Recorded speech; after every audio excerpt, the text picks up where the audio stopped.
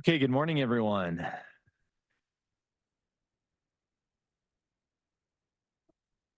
Good morning.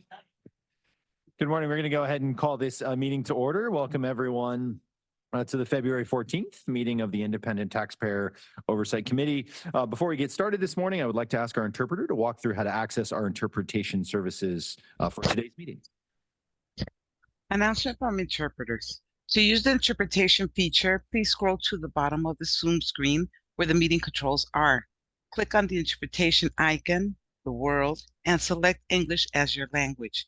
If you're going through the Zoom mobile app, cell phone, tablet, etc., please press the ellipsis, then interpretation, and then choose your language. Finally, click on mute original audio to not hear the original Spanish low in the background. Headsets are available for interpretation.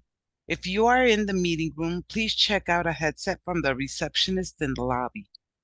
Aviso por parte del intérprete. Para hacer uso del servicio de interpretación, favor de desplazarse a la parte inferior de la pantalla de Zoom, donde aparecen los controles. Haga clic en el icono de interpretación, el globo terráqueo, y seleccione Spanish, español. Si está utilizando la aplicación móvil de Zoom, celular, tableta, etc., presione los puntos suspensivos, luego interpretación y luego el idioma. Si no desea escuchar el audio original en inglés en el fondo, por favor seleccione Mute Original Audio, es decir, silenciar audio original. Contamos con auriculares disponibles para el servicio de interpretación. Si se encuentra en la sala de reunión, favor de pedir auriculares con la recepcionista en el vestíbulo. Muchas gracias. Thank you so much. At this time, I would like to ask our clerk to confirm we have a quorum. Thank you, Chair. We do have a quorum. All members are present. Okay, excellent. So again, welcome everyone to the February meeting of the iTalk. Of course, as always, thank you very much to staff for all their efforts in pulling this meeting together. And thank you to everyone who's joining us here in person and on the phone. Just want to quickly run through how this meeting will work. We will take in-person public comment followed by virtual public comment. If you're here in the room, please feel free to submit a speaker slip to the clerk and come to the podium when you're called. If you're attending virtually, please raise your virtual hand and you will be called at the appropriate time. I'm going to, at this time, ask SANDAG's financial analyst, Vanessa Leon, to provide a quick reminder on how the public and member comment will work today. Vanessa. Thank you, Chair Franco. We will take both in-person and virtual public comments. As noted on the cover page of today's meeting agenda, in addition to emailing comments, the public may also provide live comments during today's meeting. In order to provide live comments, you can join today's Zoom meeting through the link or by dialing one of the numbers from your phone that are provided on the cover page of today's meeting agenda. Join the meeting by clicking on the Join Webinar link provided in the confirmation email you receive upon registering. When public comments are called for on an item, on the Zoom platform, click on the raise hand icon in the Zoom toolbar. The chair will call on you by the name you provided. If you're participating by phone, press star 9. The chair will call on you by the last 3 digits of your phone number. The instructions for providing live comments are also on the bottom of the cover page of today's meeting agenda, which can be accessed from the homepage of SANDAG's website at www.sandag.org. All comments, whether emailed or live, will be made a part of today's meeting record. Thank you. Thank you so much, Vanessa. Okay, we will move to item number 1. This is public comment, communications, and member comments. This is an opportunity for any member of the public who wishes to address the committee on an item not on today's agenda. Now is the appropriate time. Madam Clerk, do we have any public speakers? Thank you, Chair. We do. Alan, if you'd like to go ahead and step up to the podium, and Alan will be followed by the original draw on Zoom. It's so far away. Good morning, and thank you. Allowing me to speak, and happy Valentine's Day. Last night we had a meeting at Chula Vista City. CFO was there along with your team. I want to say upfront apologies because I know it's not your fault. All what's going on 125, the 45,000 drive, so forth. I know you're trying to fix it. We need the people running the program to actually speak up. We need this committee to actually start stepping up, say why did this happen in the first place. I sent an email this morning, a PowerPoint. We need a chance to take a look at it. It's a lot of data, links, news articles, everything linked in there describing everything. But the bottom line is, as you see in that first one, the people since 1988 was promised freeways, not toll roads, not 15 express lanes that only the rich can afford to pay and everybody else is stuck in traffic on the outer lanes. Again, look at your email. There's a picture showing, and we know that express lane is near empty while the 2 lanes this way and that way are jam-packed full. So it is not working. It is not working. And with 2035, Gavin Newsom pushing the electric car vehicle, we need to plan now roads, which the people have been promised since 1988. As I mentioned, all these roads, 125 should never have been a toll road because this board actually said, now you guys are checking on them, but this board actually said they saved 265 million by not expanding 805. Why don't you use that money and pay off the toll and close the books? You restore trust. This board should be screaming and shouting, hey, you spent back in 2011 TransNet funds, which promised roads, expansion roads. So fine, you spent that money to stop the toll and take over the road. So we own it. We, us, everybody. So why don't we just close the books and restore trust of everybody? And by the way, once they do close off, finish the toll, whenever it does happen, they spend another $30 million for a new toll operator. That's more waste. So I'll elaborate more in the next one because I don't want to really take a lot of your time, but please look at that PowerPoint as you go through the item. And I've got multiple things in there that shows the history of how bad this has gotten. Thank you so much, board. Thank you, sir. Next speaker. The original draw, you can go ahead. Morning. Yes. So what Alan is saying is very true. You should listen to what he has to say and take his emails that he sends and really look at the information because, you know, all of us come in and we want to better your ability to do the things that you need to do. Sometimes we give you guys a hard time, but some, you know, for the most part, you know, we're trying to make things better around us. And when we see things that don't, you know, aren't going, you know, the way that they should, we say something. And I think that, you know, you guys are supposed to be representing the people. And so you should be taking that into consideration and not just kind of brush it off and act like, you know, whatever information he has, it's not worth your time to read. It definitely is. And I think you need to be looking at the 15. We keep talking about the 125. And there's many people that have been ticketed on the 15 expressway who had carpool, who was having more than one person in their vehicle and have been charged up into the thousands of dollars. And, you know, we're looking at one side of it and saying that that's going to somehow help fix this side.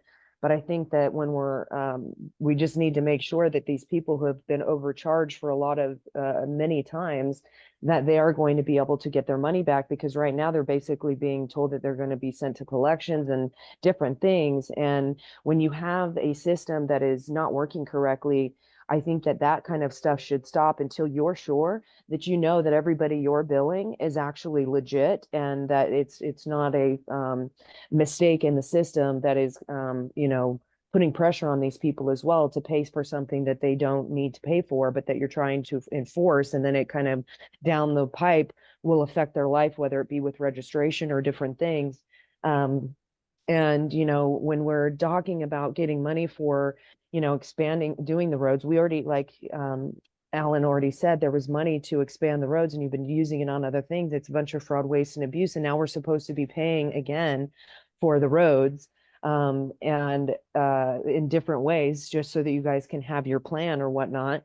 But when we are engaging in these electric vehicles that are not only really heavy, they're also lithium bombs. So it makes no sense. We don't even have a way to put these fires out, but it's causing, you know, less money to be spent towards, you know, TransNet, because they're not using that sales tax and or paying that sales tax.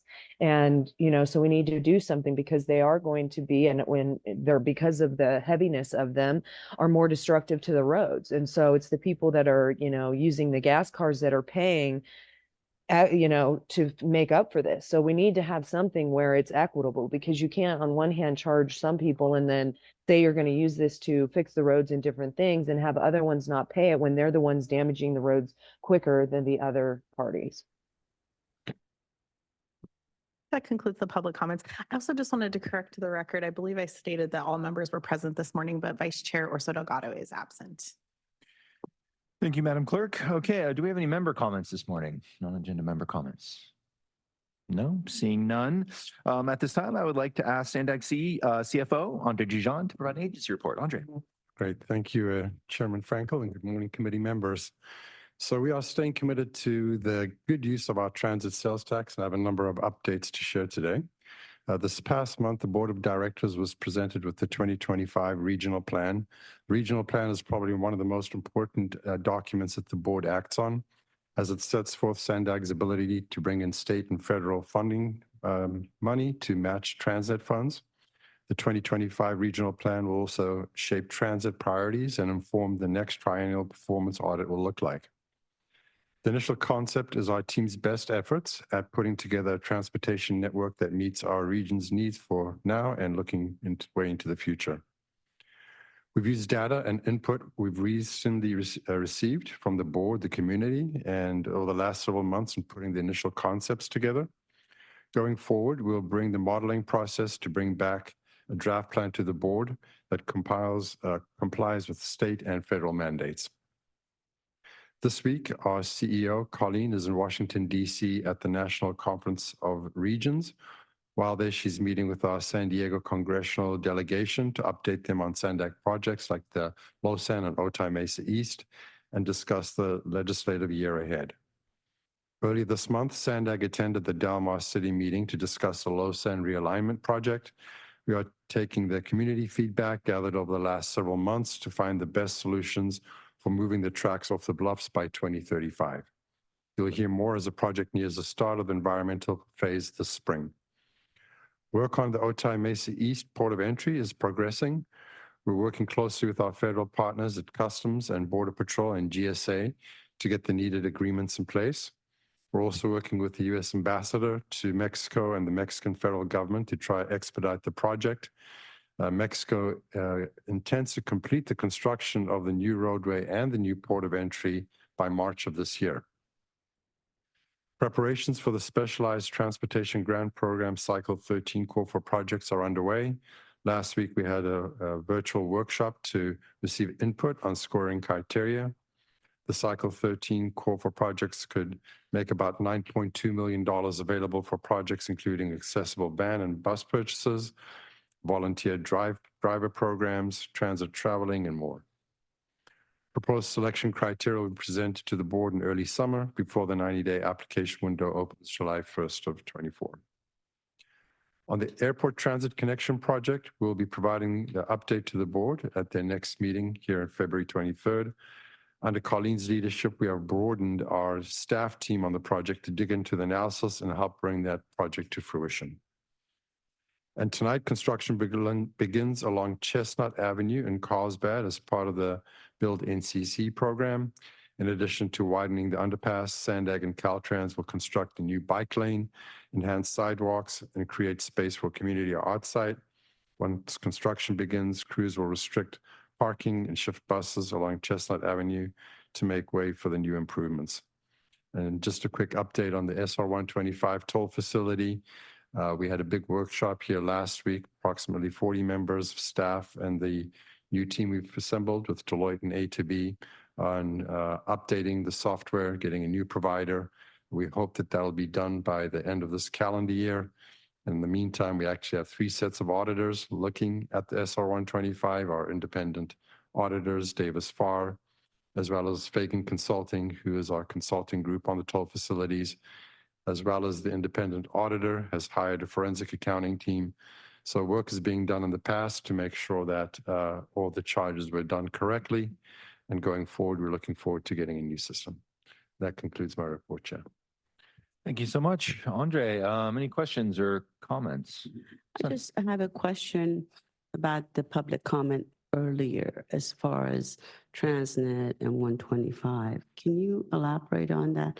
And what's the policy in receiving information from the public that is, sent for meetings and things like that? So I don't know if you want to start with. Yeah, I think the commenter is making the point that when we purchased the SR 125 out of bankruptcy in 2011, it was approximately $1 billion roadway. We purchased it for 35 cents on the dollar, about 340 million. Part of it was TransNet funds that were used to purchase it. The dollar amounts that were allocated from TransNet were basically, we were going to put in additional lanes on 805. So as opposed to doing that, it's like the parallel route was the SR 125. And so transit funds were used, part of it, and then part of it we actually borrowed money from TransNet, which since has been repaid when we did the refinance back in 2017. Okay. So I think that's what the public comment is. And the express lanes on 805, they are open to public for carpools, which is the kind of the purpose of trying to encourage people to get into, carpools instead of driving single, right? It's not just fast track or something like that. It's not like LA. LA does only fast track sometimes. Okay, thank you. And then just to respond to your other comment, we did receive the information this morning about 8 a.m. And so we have forwarded on to iTalk. So you may not have seen it yet, but check your emails. You're welcome. Thank you. Any other questions or comments from Mr. Dujon? No, thank you so much, Andre. I'm seeing none. We'll move on to our consent calendar this morning. There are 5 items on consent, 1 requiring approval. That is the approval of the meeting minutes. Madam Clerk, do we have any public comments on this item? Yes, Alan, if you'd like to step up to the podium, Alan had requested to speak on item 3, and then we'll go to the original draw on Zoom.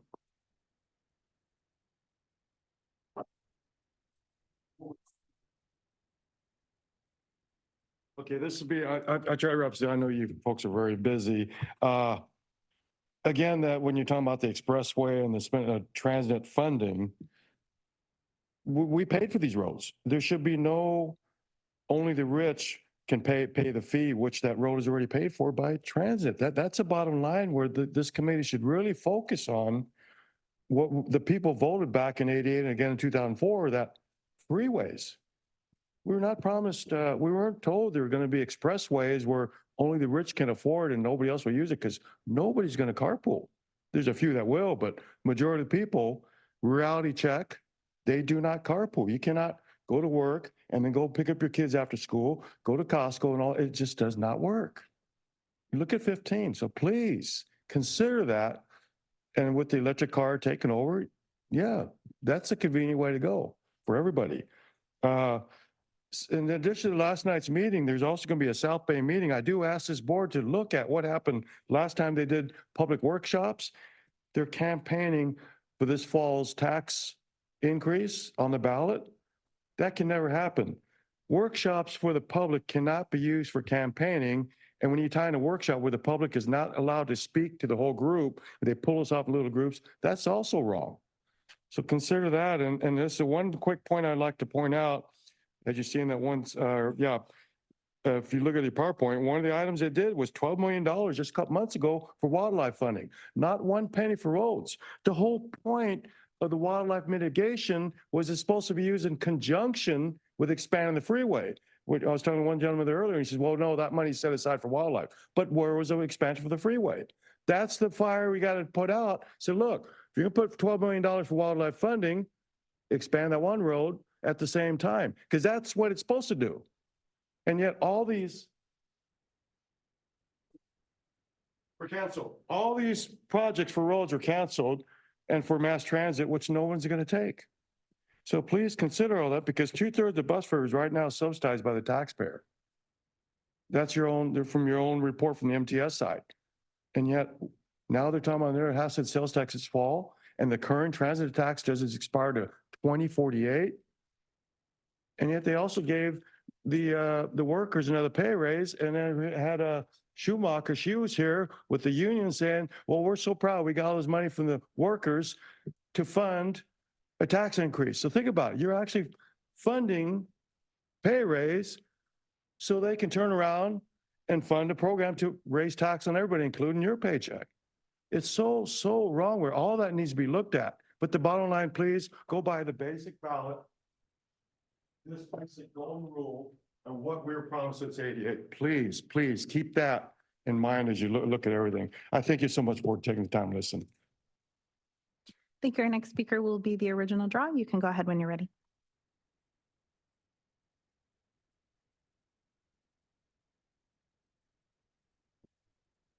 You're self-muted at the moment, Audrey. You can go ahead when you're ready. I didn't see the mute button over there. Sorry. Appreciate your help. Yeah, so, you know, you were just saying that we purchased, you know, the SR 125. The people did. When you guys act like, oh, SANDAG did this, where does your money come from? It comes from the people. And so I think you need to be more mindful of that, because it's a little bit ignorant to sit there and say that you guys purchased it, like the people don't have a say and we're kind of out of the loop in that, when we fund all of this stuff.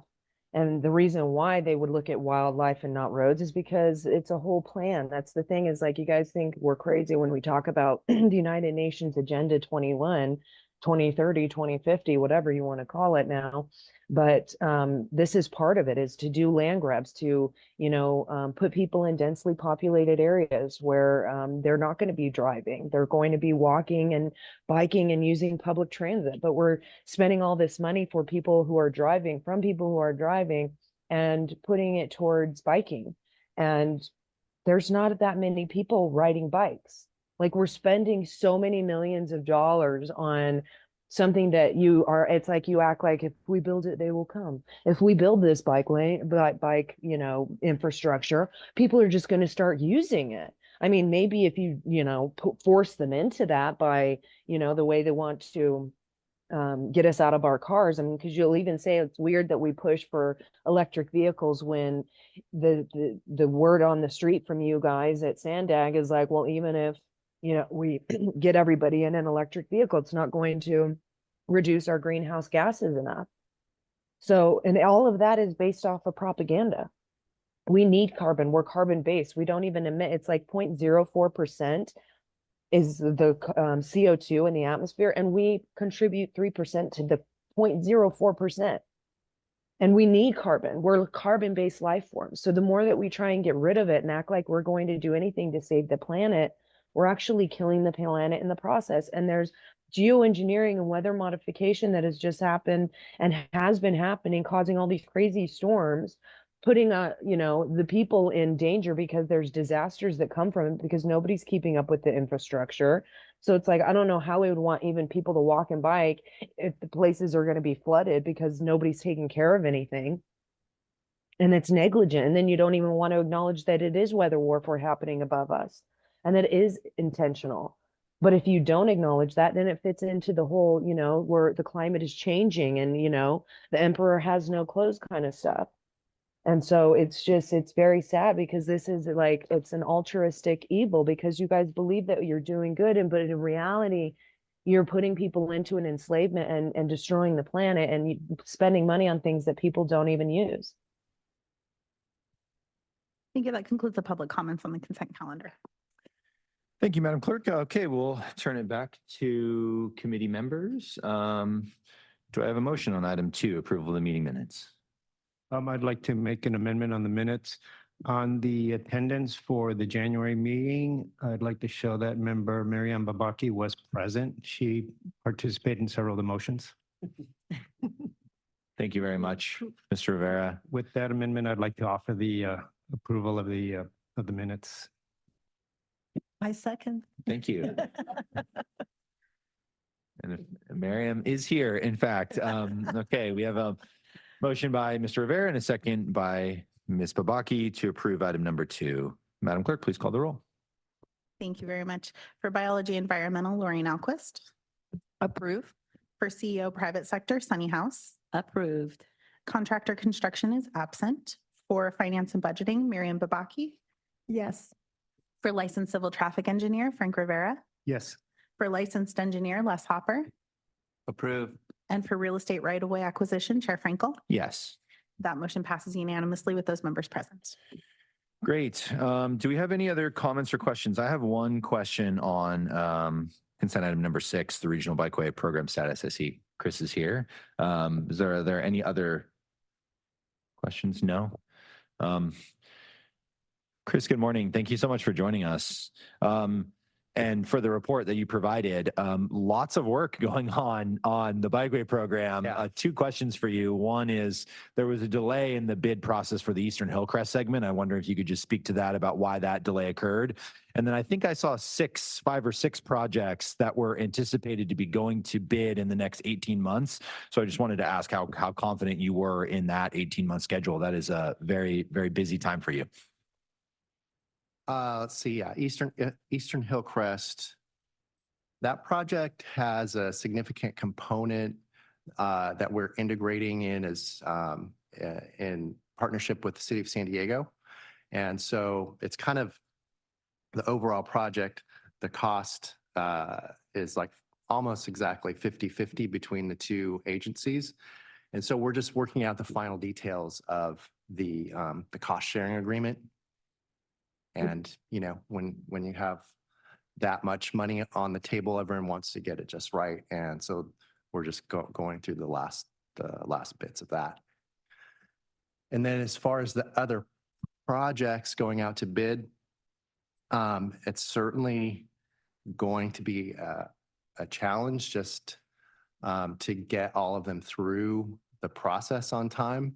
But we're having regular meetings to make sure that we can achieve that. We've got our funding lined up as best we can, given, you know, the still volatile bids that we're seeing. And then our internal schedule for the invitation for bid process, getting that through contracts and getting that all prepared to go out.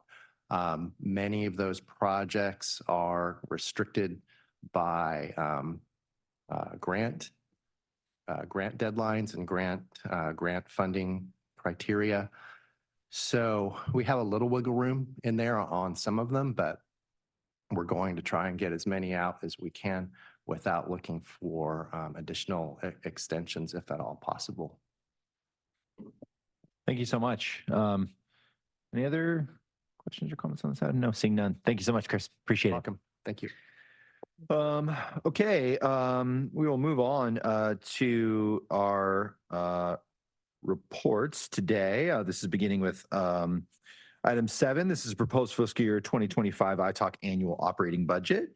And this will be presented by Sarah Sadikian. Sarah, good morning. Thank you, Chair Franco. Good morning, Chair Franco and committee members. I'm here today to present to you the proposed FY 2025 ITALK annual operating budget. Per the TransNet extension ordinance, the ITALK submits an annual operating budget to the Board of Directors for approval each year. The ordinance states that all costs for administrating ITALK activities are to be paid from the TransNet sales tax proceeds. The funds made available to our ITALK are not to exceed $250,000 after an adjustment for the inflation each year. For FY 2025, this equals approximately $515,144 as shown in attachment 1.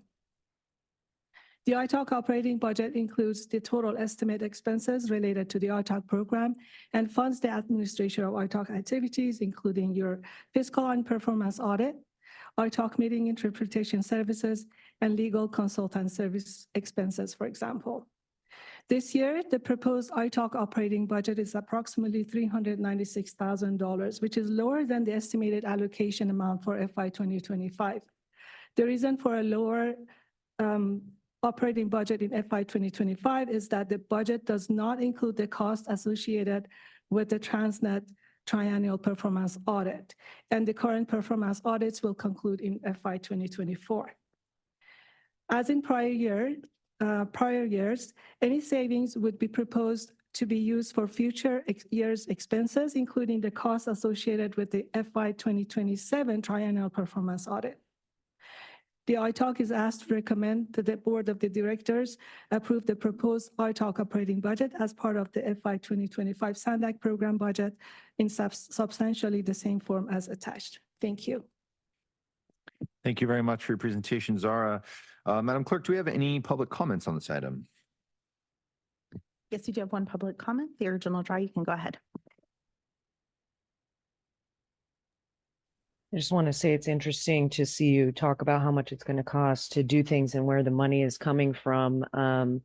I mean, obviously, if this is regarding TransNet, I guess it would pay for that, but then it also still keeps us from being able to get the things done that need to be done because, we're always lacking in funding. But I'd like to see a bigger and better breakdown of what that actually all goes to, what it will be allotted for. Because it's not going to you get paid a certain amount just to attend a meeting, but this isn't, going in your pocket. So it'd be interesting to see more of a, like I said, breakdown of where this funding is actually going to be spent. And, yeah, that's it. That concludes the public comments. Thank you. Of course, we're always very pleased to have public comments. Just for the record, everyone that serves on the iTalk is a volunteer. There's no compensation provided to any of the members on this committee. Okay, we'll bring it back to committee members for comments. Sunny. Zara, thanks for your report and presentation. Just clarification, there are discrepancies in numbers, the totals. Your table below that on page 55 shows it really totals to 396, which is what you said. But in the table on page 54 is 386. So that's my question. Is that an error? Which one is correct? The total. I'm sorry, the 396 is there, but then there's 386, I guess, comes from what? Is that the carryover balance? Is that what's left? So the amount on table that is on page 54 is correct. Okay, so it's 396. The 386 on the bottom is the carryover amount. Correct. Okay. Now, the benefits, salaries, indirect has gone up by 100,000. Can you explain what that's about? So if you compare the salaries for FY25 with the ones from prior years, is that last year for FY24, the cost for the contract to conduct the triennial performance audits consumed a big portion of the budget. Yeah. For that reason, the salaries for SANDAG employees were decreased to allow for that cost. Okay. But that was not considered for FY 2025 for the same reason. And Okay. however, the staff effort to implement the recommendations from FY 25 were considered. Okay. So the 233, is that additional staff? Because I also saw something here about 172,000 for independent consultant. So can you explain what that is? The 233, is that all staff or is it other? It's all staff. So is that an additional staff for the team, for your team? Is that how it works? It's not the additional staff, it's just the hours that are going to be allocated to that, Okay. to that bucket. Okay, which so were not- that budget was coming from somewhere else. Now it's being Right, allocated. Right, it's Got it. being back. Okay, placed But back. there is 172,000 item 3 in that table on page 55. Additional review services by independent consultant. Can you explain what that is? So that includes the annual fiscal and compliance audit, as well Oh. as the reserve for outside consulting services. Okay, so that's how you break it down from the table above. Correct. Okay. Where does that show up? I guess, oh, I see, annual fiscal audit and then total of that plus the outside consultant comes to that amount, you say? Okay, all right, got it, thank you. You're welcome. Any other questions or comments? As always, Sunny does a very good job digging into the details for us, I'm the making our numbers jobs person. easier. As always, thank you to Sunny. Any other questions, comments? If no Yeah. questions, I move to recommend. Thank you. I will second that. And before we take the vote, Zara, I think it was very helpful explanation as to the consulting services line item that is the Yeah. annual fiscal compliance audit. So I would just suggest in the future, perhaps noting that line item as, fiscal auditor, describing what the consulting services are. I think some people see Yeah. a large number associated with it, kind of a generic category, and it may raise some questions. Sure, we will consider that for the next year. Thank you so much. Okay, we have a motion and a second. Madam Clerk, please call the roll. Thank you, Chair. For Biology Environmental, Lorraine Alquist. Approve. For CEO Private Sector, Sunny House. Approved. Contractor Construction is absent. For Finance and Budgeting, Miriam Babaki. Yes.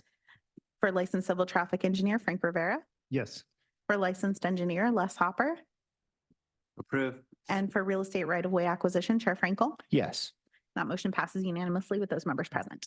Thank you very much. We'll move on to item number 8 today, which is the 2024 iTalk Annual Report, the initial input. This will be presented by Vanessa and Zara. Vanessa. Good morning. I'm Vanessa Leon, I'm financial analyst here at SANDAG, and I'm here to present the proposed format and content for the 2024 iTalk Annual Report. This year's iTalk Annual Report will be the second year it is done internally, as the iTalk Annual Report Subcommittee was dissolved last year. Today, what we're asking from the committee is to provide any feedback, comments, or revisions on what they would like to see in the 2024 iTalk Annual Report. To do this, I would like to go over each proposed section of the annual report. As in the prior years, the annual report includes a letter from the chair giving opening remarks to the annual report. Is there anything to this section that should be changed? So just to be clear, we're going to go through kind of section by section here. You want Yes. feedback as we go through. Okay. Perfect. Thank you. Okay. So any questions or kind of comments on the kind of introductory statement? I think this has been our practice and this makes sense to me to continue. Okay. Please proceed, Vanessa. Thank you. The next section will cover the goals the iTalk has established for itself for fiscal year 2023 and fiscal year 2024. Is there anything about this section that you want to be changed? Comments on the section? I Yes, have a Frank. comment. Would it be possible to have sort of like a dashboard, maybe on the goals of how we're doing green, yellow, red? So on the progress of each goal? Yes, maybe Yeah. there's a summary on each one. Yeah, I think that may appear a little bit later in the report. We can see as we go down, but certainly, as we talk about progress, it makes sense to understand, where we are. I think most of these are ongoing. The next section will focus on the results of the fiscal year 2024 triennial performance audit. Is there anything particular that the iTalk would like to be included in this section? I have a comment on, we're talking about the progress from prior years? Is that the one, is that where we are?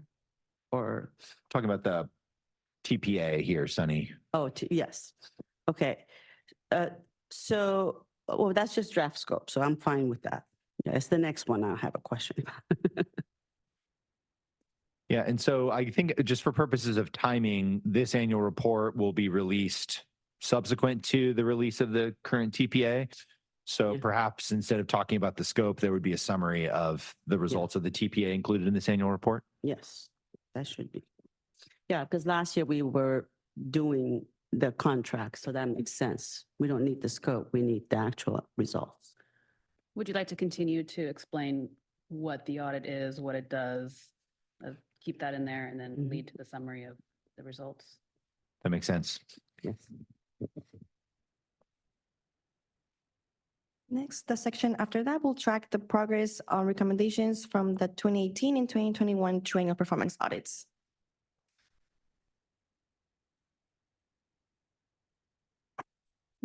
So it seems, Vanessa, this would be replaced with progress from the previous triennial performance audit. This is the focus of the objectives of the TPA that will be completed and summarized above. And so this section would focus on progress associated with prior audits. Okay, thank you. So Yeah. yeah, that's what, yeah, the progress, I don't know what the new update would be, but I think we need a better explanation of why it's taking so long to have these prior audit results, implemented. Even from I don't know how many of these circles are now full. I'm hoping there's a lot more, but the ones that are not, I think we need to focus on maybe a commitment from SANDAG on when it will get done, why isn't it not done? Because we're going to add a whole bunch of new recommendations to this list, and it's just piling up. So, when we get next month, I believe we'll do the report on the findings. So at that point, you will see what else is coming through. But I want to make sure we explain, what we're doing here. Why is it, some of these things are still outstanding, especially from 2018. So that's my comment. Thank you, Sunny. Any other comments on this section, which is, less? Whoops, I noticed on a lot of the goals, it'll 23.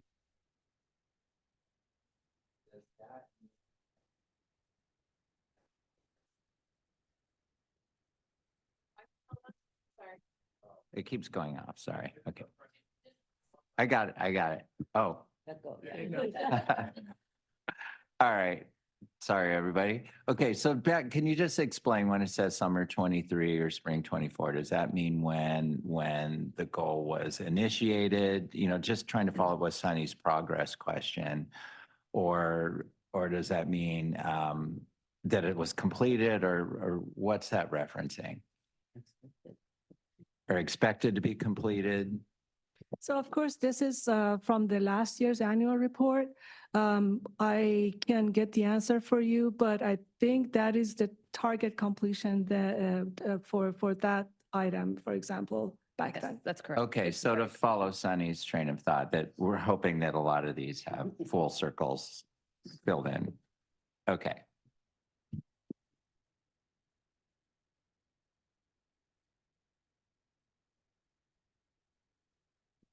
The next section will provide results from the fiscal and compliance audit.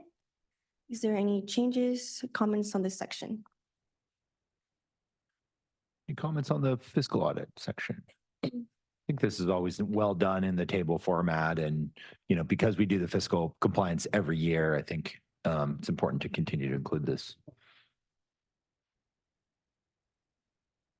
Moving on, the section after that will provide TransNet funding highlights showing where TransNet funds are being used. Is there anything about this section that should be changed or any comments? Well, it looks good. I like the pie charts, and it was very helpful to kind of see that. So. Yeah, here I think it's really important to highlight how good of a job SANDAG has done leveraging TransNet funds. TransNet for most projects is a relatively small share. I know for, bikeway projects, for example, it's about a 60-40 split, meaning 40% TransNet, a little more, and 60%, leverage funds, ATP, other grants. So I think we need to, that's critical for the public to understand that it's a large stack of funding sources, and we're effectively utilizing TransNet to secure other sources of funds. I think this chart does a good job, but maybe we could expand that a little bit in the narrative section. I do have a comment on understanding where we stand with TransNet delivery. We don't typically do that. There were a list of 43 projects or something like that. Where are we with those? How much has been delivered? What's the schedule for the next set? We have 40 years to deliver these projects, but where are we with progress in that, right? That has not been done in this report. Is that possible, Michelle? So are you looking to see the ordinance numbers? Yes, Okay. the original ordinance number. And I know this is something that will come out of the audit as well, but if we can know, it's an annual report. We got to show what TransNet has delivered, what's left to be delivered, and whatever amendments will eventually be issued to make changes based on regulations and based on the RTP and all that. At least we'll have an idea of progress to date. Okay. Yes. Yes, Frank.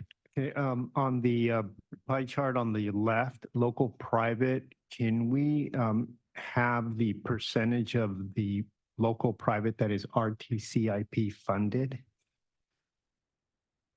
I don't know if it's easy to break out because if you know the local agencies all kind of have their own fund, but it would be in the RTIP. And so I don't know if it's easy enough to show or not. We would have to look into that because not all the RTCIP funding is in the RTIP. It's only in the RTIP if it hasn't been spent after 7 years. Okay. So the agencies do spend that once they get it, and we don't really track it in regards to the RTIP. It does come out through the audits. Okay. So we can take a look at that to see if we can split that out. Okay, because maybe what would be better for the public to understand is that there is also an RTCIP component in the region, and that's also contributing to the completion of the projects. And one more comment on graphics. Since we're trying to be equitable, we just want to make sure everybody can read it with disabilities or not, as far as, you know, the colors and contrast and things like that. I don't know if you use an expertise to make sure, you know, is compliant with ADD and other types of requirements. I know that our visual communications team does put those requirements in, but I can double check with them to see. Okay. Yeah. Yeah, because some of the gray and the white is tough to see. So just to make sure everybody, if any impairments or anything else can be. Thank you.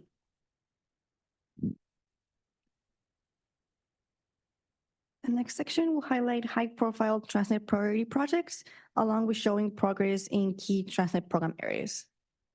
Is there any comments or changes you want in this section? Questions or comments on project highlights? No? Just consideration to have a good variety, just like you did last year.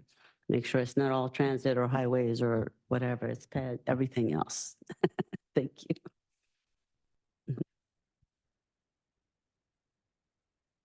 There will also be a section to highlight grants and local TransNet funding. This is a new section for the annual report. Would you like us to consider anything for this section in specific? Grants and local funding. Any comments about how this information is displayed? This is our smart growth, environmental mitigation, senior mini grants, all of our wonderful grant programs. I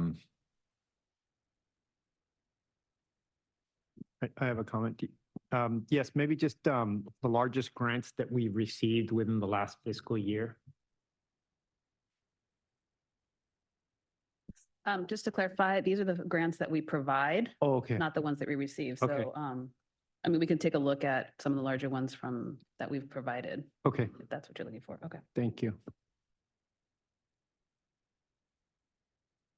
Lastly, there will be, oh, sorry. is there Yeah, just one other comments? comment. I think that, and the space may preclude this, but I think that providing, you know, a brief kind of snapshot of a grantee, you know, an example, kind of not a full blown case study, but just an example of, you know, senior mini grant, you know, for example, this is JFS and they operate this sort of program, a brief description of the program in addition to kind of how our recipients are implementing it, I think would be helpful as well.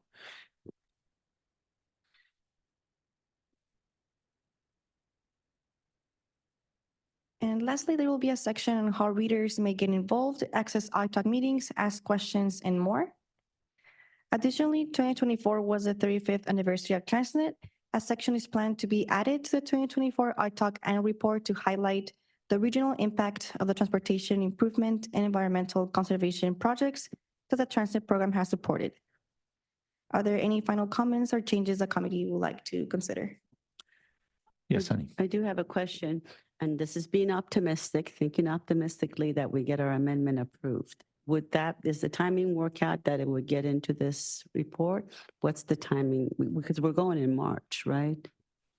So if that goes through, where would that be?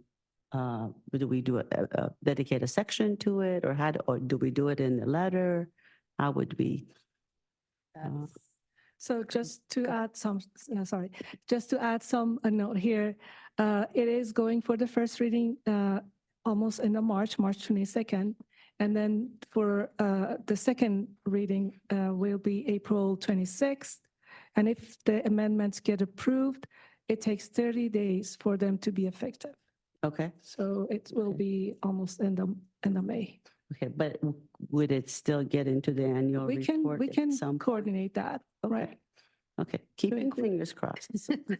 And I think that's up to the iTalk on how you want to present that. If you do Yeah. want a separate section or just something in the Okay. beginning. Just keep in mind, this is already 14 pages. Yes, So by adding all this additional Yeah, items, it of could course. expand it. So maybe if you want to think about, if you want to keep it compact or if you want to do it. concise. Yes, that's important too. Okay, well, let's see how it goes. Thank you. I think that concludes our feedback for you, Vanessa. Thank you so much. And staff will begin working on the report and will bring a draft annual report for the iTalks review and feedback in spring of 2024. Thank you. Mr. Chair, I have a comment. Yes, Miriam. I've come back to iTalk after many years of being away, and this is wonderful. And reading this report and it's, how important it is in a way that it really sets out the iTalk goals and how it has, what goals have been accomplished. I just have a small comment, as I'm reading the report, and it's a long report, it's a great report. Because of the nature of it, it's very general also. I just like to, and since I haven't had a background on how this all came about, we just came on board. My question is to iTalk members who've been working at this, Sunny, yourself, for a long, long time. Just plainly, like in three top goals, or what you have discovered and what you really want the next iTalk to be focusing on. You've been at this. So outside of this report and your own experience, where do you think what we should be focusing on and what the goals need to be? If that's something we can do. Yeah, it's a great question, Miriam. And I think before we get to that, I want to hold that thought and just ask the clerk if there's any public comment, because the staff presentation was kind of intermixed with our ongoing feedback. So I just want to make sure we do that, and then we'll come right back to this. Madam Clerk, do we have any public comment on this item? Thank you, we do. Alan, if you'd like to go ahead and step up to the podium, and after Alan, we'll go to the original draw on Zoom. Thank you, Clerk, and thank you, Chair. Yeah, good point, Sunny, that some of the gray spots, I work as merch, and when I look at the barcodes at Best Buy product, they are so small where I need my reading glasses. And yes, it is a good point about, for the people hard to read. I can read the text on the gray, but some of them are maybe go a little light, couple shades lighter on the gray when you have black text on top of it. I do want to, if I'm allowed to speak on the Del Mar Bluffs, please interrupt me if I'm kind of going too off kilter here. But I know the SANDAG has been pushing for tunnels. Good luck trying to get tunnels through $400 billion homes. It will never happen. And I've been raising fuss about the Del Mar Bluffs since Mayor San Diego was the chair at SANDAG. And at that time, when I raised all that fuss, they set aside $400 million to immediately move the train tracks. Well, here we're going on year to 2 years later, has not been done. And now we're going to put more environmental studies to have the tracks waste a lot of money to tunnel out the hills through La Jolla. Good luck with that one. Litigation, all the people they won't stand for that. I'm not from La Jolla, I'm from Chula Vista, but I'm looking at it from a taxpayer standpoint as well as a safety standpoint. Them bluffs need to be moved now, not another study, not another.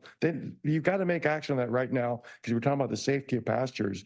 I mean, you've seen it. Literally, you got tons and tons of steel rolling across right next to sandstone dirt. They're putting pilings in, doesn't do nothing. It's just prolonging the agony. That should be top priority, as well from the tax perspective side of how can you rapidly move them train tracks as well as cost effectively move them train tracks. I suggest all along, Del Mar actually said, let's move the tracks. She mentioned going through the Del Mar. No, billion-dollar horses, you can't do that either. But parallel going by fairgrounds and right next to freeway. Don't take away road lanes, but right next to freeway, you can rapidly get that done, because look back at the history. We had a train collapse here almost 78 years ago, and people died. With these newer trains, they're a lot heavier. People will get killed, and that needs to be done now. And this committee, I know you don't make the final say, but you can say, hey, look, stop wasting our money. repairing, and make it happen. But yeah, it's an outstanding report. And thank you again, board. Thank you. Thank you. Our next speaker will be the original draw. You can go ahead when you're ready. Yeah, Alan, kudos to that because it's true. I mean, I'm not sure, whoops, how you would, how you plan on, actually moving the tracks off the bluffs, especially when we were trying to go through different homes and I mean, people don't necessarily want that. So, but I mean, I understand it has to come off the bluffs. It's just sometimes I don't know that we go about it the best way, in the best area. Sometimes you got to mitigate as you go. But I did appreciate how, and I'm not sure who it was, but when you're talking about, you do all this work to audit different things and give a report, and in that you are waiting for the recommendations to be, mitigated when you're giving them to SANDAG. And what's the point if you have continual reports that you're going to be giving and more recommendations if they're just going to pile up and nothing gets done? I mean, it defeats the purpose of you guys, volunteering your time, evidently, which I still don't understand. I thought every board member got paid a little bit. And maybe it's just the chair. I don't know, because you're a part of the SANDAG committee. So I don't know if you get paid just to be here and they don't, or hopefully you're volunteering too. But yeah, I think you need to find a way to make sure that whatever you're recommending is going to be taken seriously, because otherwise, it's like, for real, the work that you're doing will just be, pointless if they're just going to kind of tell you to do the busy work and then come in and then not implement the stuff. So I don't know if there's something you could say in there that, as you're like, maybe there needs to be a certain amount of time to implement it. And obviously that would vary depending on what the recommendation is. But there needs to be something where, I mean, because a lot of times what happens is, there'll be people doing the work, and then it down the chain, it doesn't get, the same attention. And that's why we have all of the problems. That'll be like, someone engineers something, someone builds it and puts it together, and then, nobody's taking care of it in the process. So is it the person who is, building it? Is it their fault? Is it the people who own it? I mean, I don't know, but there's always just a lot of, negligence that happens in, the process of things in the county and different cities, because, once the buck gets passed on to somebody else, it's like the people beforehand don't want to have anything to do with it and make sure that it's still being taken care of. And that's why things like the storm happens, and, there's all this infrastructure isn't taken care of.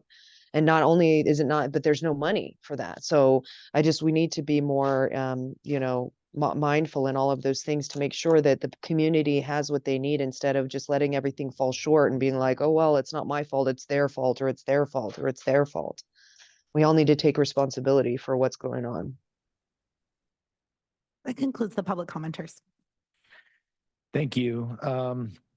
And I would like to respectfully request that members of the public, we're very pleased to have you and to welcome your comments. However, if you could please make sure that your comments are germane to the item that we're discussing. So for example, the 2024 ITALK annual report, the Delmar Bluffs and other are very important projects not on the agenda. So just for meeting efficiency, we'd appreciate if you could limit your comments to the agenda item today. Okay, so bringing it back to Miriam's very important question about goals and objectives. Next month, we're going to have a very important meeting, which will be discussing the triennial performance audit. And there will be a lot of material there. So I encourage all members it's going to take some time to get through that. As a subcommittee, we've been meeting and discussing it. But that, to me, in terms of goals, that is the kind of core foundational responsibility and component of what ITALK should be doing, is to understand what those recommendations are, and then to assist in trying to build momentum for implementing them. And we know that that's a complicated task to do that, but looking forward to presenting those results to the board of directors and talking to them about ways that we can make progress on implementation of some of those initiatives. So that, to me, is the kind of most critical immediate goal that we have, and I'm sure others have other thoughts about this as well.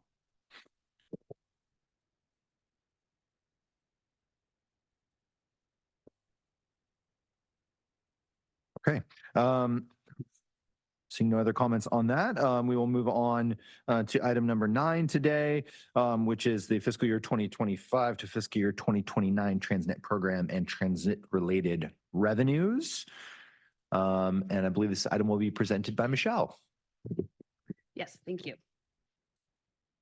So this item provides the short-term revenue forecast that is brought to the Independent Taxpayer Oversight Committee, the Transportation Committee, and the Board of Directors of February of every year. This report provides revenue estimates for 3 types of funding: the Transportation Development Act, or TDA, the Federal Transit Administration, or FTA funding, and the TransNet Sales Tax Measure funds. For FY 2025, TransNet estimate is approximately $434 million and reflects an estimated growth rate of approximately 1% over anticipated revenues for FY 2024. The TDA estimate for FY 25 is approximately $205.7 million and reflects similar growth as confirmed by the County of San Diego. And the FTA estimate for FY 25 is approximately $164 million. The various funding programs included in the forecast can be found in more detail in Attachment 1 on page 73 of your iPads. Attachment 2 of your report, starting on page 75, provides the forecast methodology conducted by staff to calculate these estimates. The forecast methodology includes quarterly data and relies on 3 independent nationally recognized forecasts in conjunction with the San Diego regional population growth as projected by SANDAG.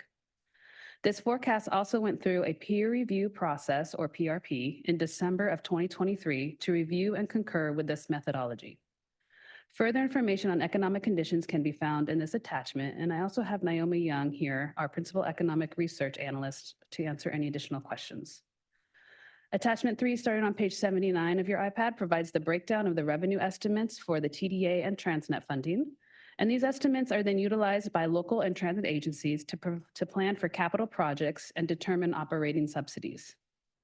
You'll also note that for each fund type, we include how much funding flows to the various subprograms within each fund. For example, in Attachment 3 on page 79 of your electronic document, we include the proposed TransNet allocations for programs such as administration, the ITALK, and bike ped. And then the remaining subprograms such as major corridors, transit, and local streets and roads. Upon board approval, the transit operators would receive $68 million for transit system improvements, and the local jurisdictions would receive $137 million for local streets and roads improvements for FY 2025. Some items related to this item that you will see in the upcoming months include the transit agency capital budgets and SANDAG's draft 25 program budget, which is scheduled to be presented next month. Also, local agencies' capital improvement programs will be updated, which will be reflected in future RTIP amendments. So this item is on the agenda for you today to discuss and provide comments, if you'd like, to the Transportation Committee or the board. This item will be taken to the Transportation Committee this Friday, February 16th, and to the board for final approval on February 23rd. And that concludes my report. Thank you so much, Michelle. Madam Clerk, do we have any public comments on this item? Thank you, Chair. Alan, if you'd like to step up to the podium on this one. Oh, I'm sorry, that was my bad. All right, we'll go to the original draw on Zoom. You can go ahead. I just real quick, I wanted to say that the last item had to do with the regional plan priorities, and so that is the Bluffs. So it was relevant, whether or not you want to believe that or not. And you could have stopped him beforehand instead of gaslighting afterwards. But yeah, this is important to pay attention to because it's going to be, showing all of the funding that we have coming forward that's going to either make or break what's happening, because it's just like the city of San Diego doesn't have any money for the roads. And so you're talking about like one of the funds or whatever is like 137 million on the roads and stuff like that for a year. That's not even enough money to take care of all of what needs to be taken care of with the infrastructure. So it's kind of scary to think about when we talk about having how much money there is. And then even, in one of the last SANDAG meetings, they were talking about all of the deficits and how much funding is being removed from the 2025 plan, I believe, if not the 2021, whatever, but because, of the cuts and the state having issues for the reason why we're having to make these cuts. So it's kind of scary to think about you guys talking about the money that we have to spend and knowing that it's never going to be enough. But then we have all of these pipe dreams that, we want to bring in. But when you look at the money and how it's spent and the lack thereof for, what needs to be spent, I mean, even in the city of San Diego, it's like $1.2 billion needed just for the roads. So, I mean, I don't know how and that's like a lot of them are in bad condition, but it's that way across the county. And so when we're not upkeeping all of the infrastructure, and then we're talking about even, having this much money to spend on roads or something like that, it's barely puts a dent in what needs to be done. And it's because, a lot of times we're sitting here spending money on things like, the World Design Capital or things that like giving people poop water. I mean, it's crazy. Instead of providing the things that the people need. And, we should be using this TransNet to make sure that the roads are taken care of. And I just, with the conditions that they are now and the amount of money that is potentially there to spend and the amount of money needed to be spent in order to fix them or keep them and have them in good condition, I don't see an end in sight because, but at the same time, I mean, if the agenda is not to have people driving, why would you fix the roads? I mean, why would we be doing these things if we want to densely populate people in a certain area? So that's the way I see it, is that it's all intentional. I mean, because nothing has been kept up. I mean, nobody's doing road assessments for, nearly a decade when they should be done every several years. So it's just, it's scary to think about the condition that we're in now and what we have to look forward to with the amount of money that, has just been frivolously spent on other things. That concludes the public comments. Thank you. Back to committee members for questions or comments from Michelle.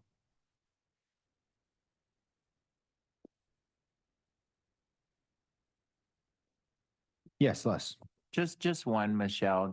I'm looking at the estimates, and I think we have, like, for instance, FTA 164 million and 25.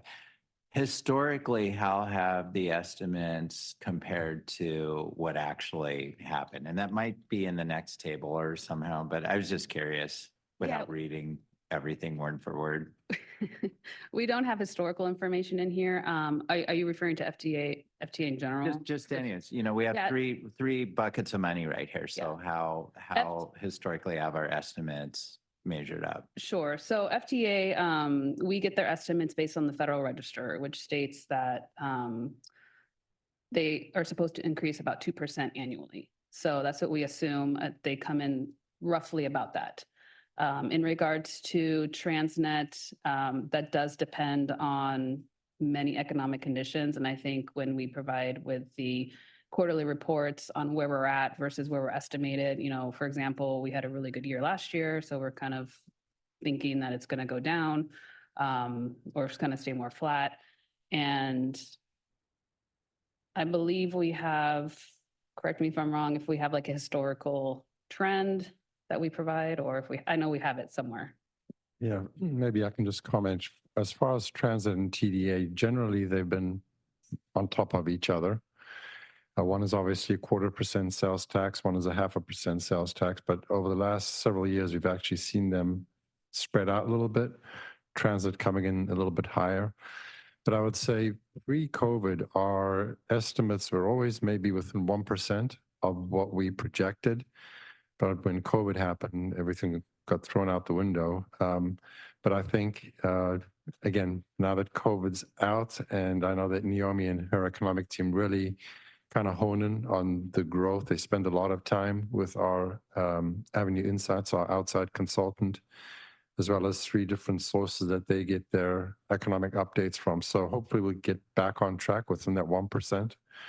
Right now we're tracking about halfway through the year within about 1% or so. So yeah, I mean, with COVID, when the one year we had a 19% growth, we had never seen anything like that. Don't think we'll see it again. But yeah, generally we're within 1% historically. Yes, Sunny. So this is a short-term finance plan. I understand that. What's hard for me to understand is how does this money help get TransNet projects done, how does SANDAG prioritize? You know, certain things are allocated per ordinance, so I understand that. But the designated projects and things that were supposed to be done versus what the RTP shows now, and how much of that can actually get done? Because you have a lot of major projects left, major corridors, the Otay Mesa, the rail. So how do you figure out what you can't? It's not a lot of money. This is not a lot of money. I know you leverage very well, and kudos to you for doing that. But how are you, and I know this is supposed to be all in the RTP, but it's got to be realistic what you can actually deliver within this next few years. So how do you do that?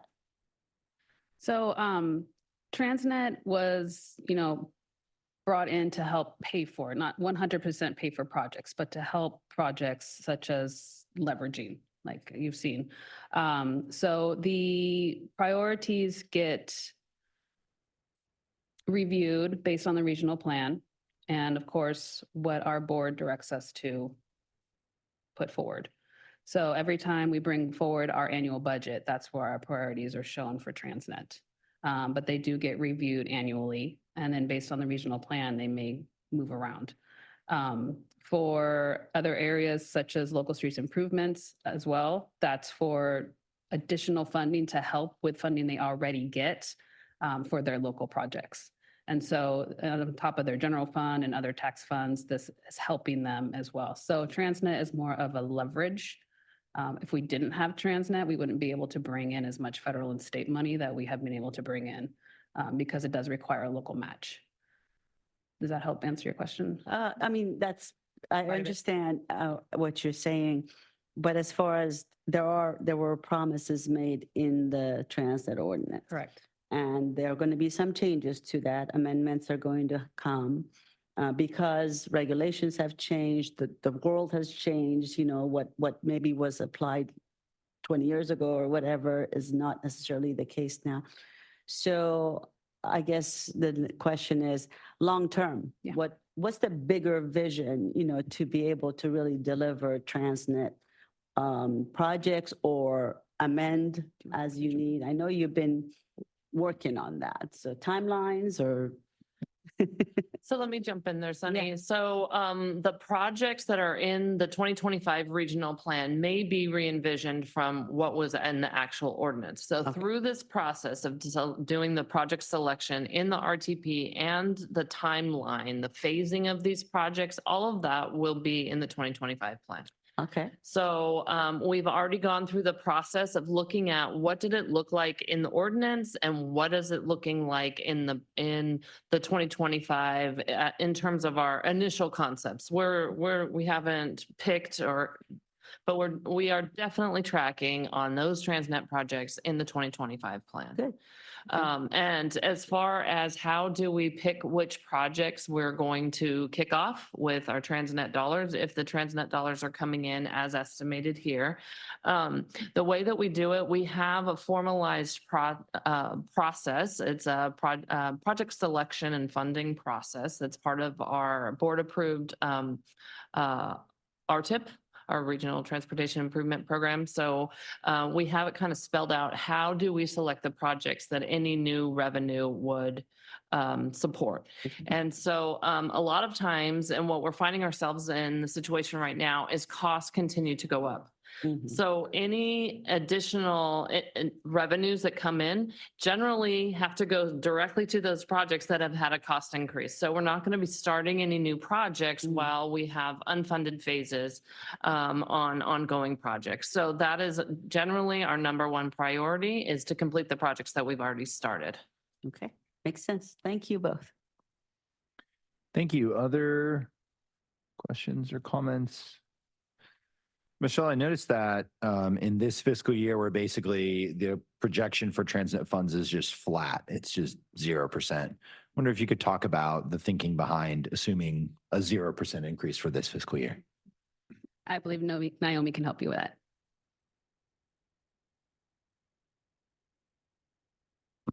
Good morning.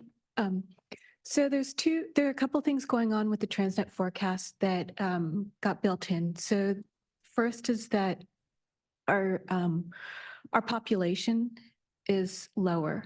So that's actually when coming back to your question about our accuracy of our long-term forecasts, a lot of it has to do with the population corrections. COVID was a massive disruption, not only in terms of employment opportunity, consumer spending, it also disrupted our population growth. So you can see one of the first times a significant dip in the number of people that are here.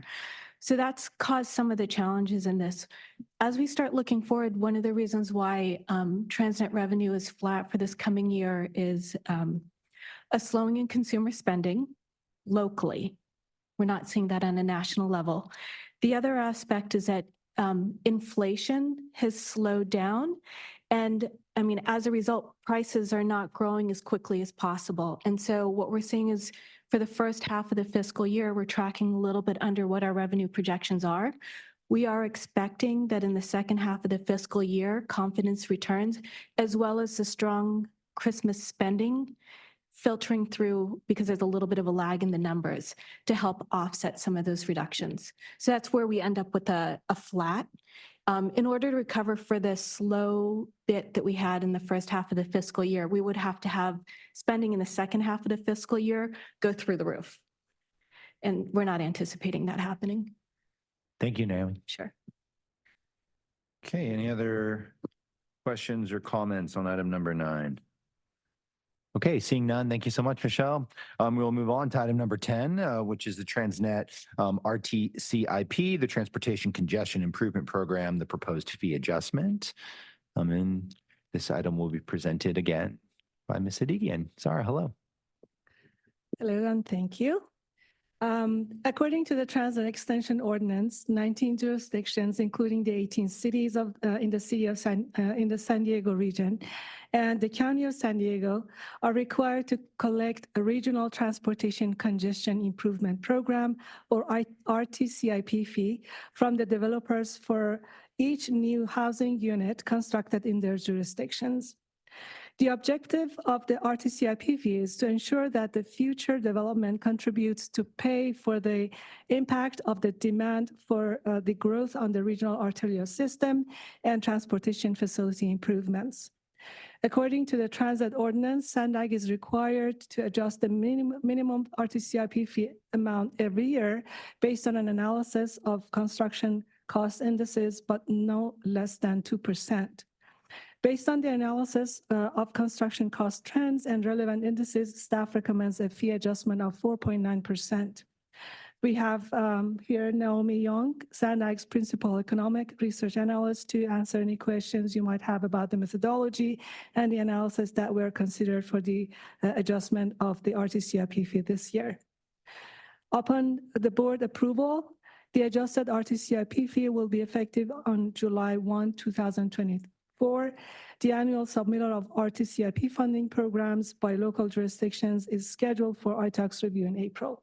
That concludes my presentation. We are here to answer any question that you might have.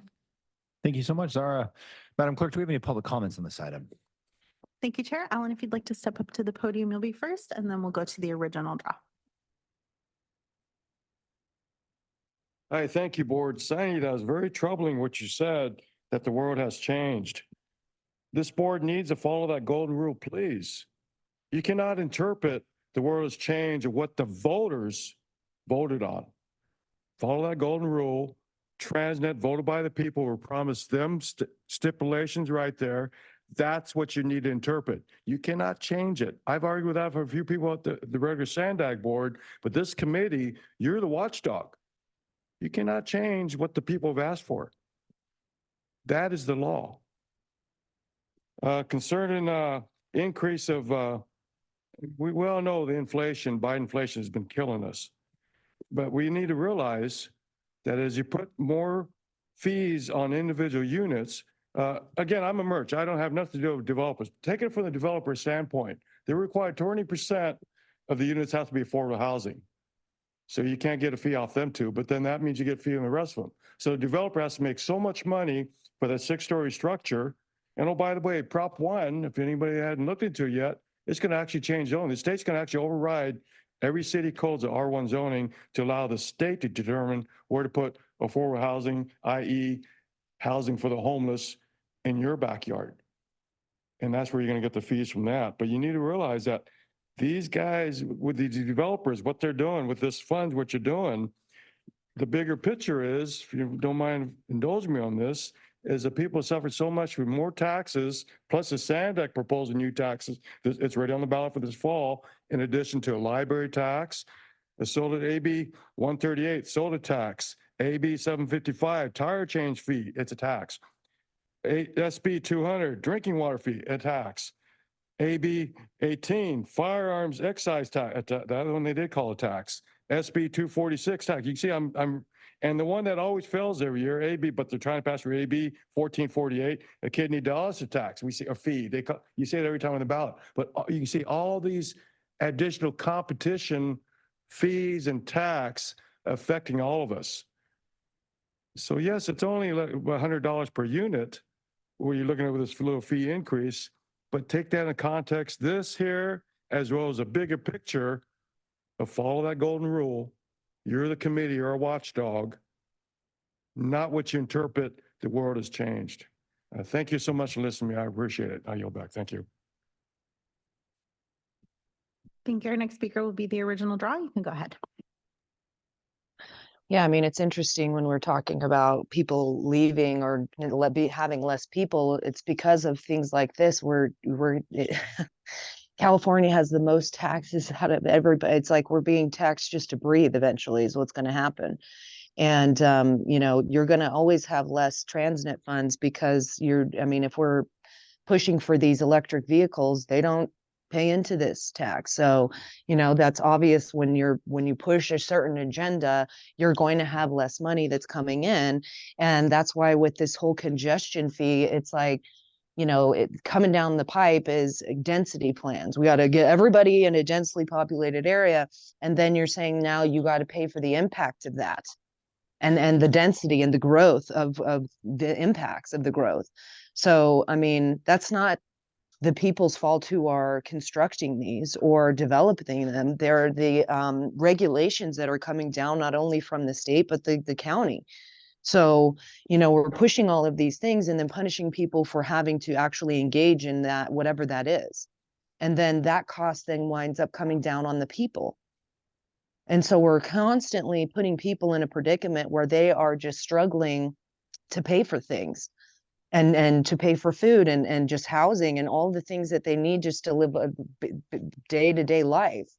And then you'll have things where it's like you're saying, you know, TransNet is supposed to be going to fix the roads, and then it's going into like biking infrastructure and all of these other things. And so when you're going to be collecting these fees for congestion, where's that really going to go? And is it going to go for what it is set out to go to? Because it seems that, you know, the people are always kind of lied to in a way of like, well, it'll happen. This is what it's going to go to. Then policies and regulations will change. And then it's like, oh, all of a sudden now the umbrella gets even wider and there's more that this actually covers. And, you know, what other kind of congestion fees are coming down the pipe? Even in New York, I mean, just in the city, they have congestion fees for the drivers. So, I mean, is this also something that's going to be coming down the pipe? I mean, you know, where there's the vehicle miles traveled fee that's going to be coming from the state, even though SANDAG got rid of it, doesn't mean it's gone. Because if the state doesn't approve of the plans, because when you take that out of there and that's something they're going to implement, that's another fee that's going to come down the pipe for the people. And it's all like a punishment for the, you know, climate change. It's like, because there's this climate God that everybody wants to follow, you know, it's going to drive everybody into poverty just to pretend to save the planet when it's never going to be saved by, you know, the things that are being done. So it's just kind of, you know, sad that we can, you know, be told something is going to happen like that and then it doesn't. And then we have to pay more just to make up for the fact that it wasn't being used for what it should have been. That concludes the public comments on this item. Thank you. We'll bring it back to committee members for questions or comments. Sarah, I have a question about how RTCIP is collected and then how those funds are used. Is that a determination that's made by the local jurisdiction? I know we set the amount, or SANDAG sets the actual per unit fee, but in terms of their annual funding plans, do they collect it and then they spend to determine how to deploy that money, or does that money come back to SANDAG to support RTIP projects or otherwise?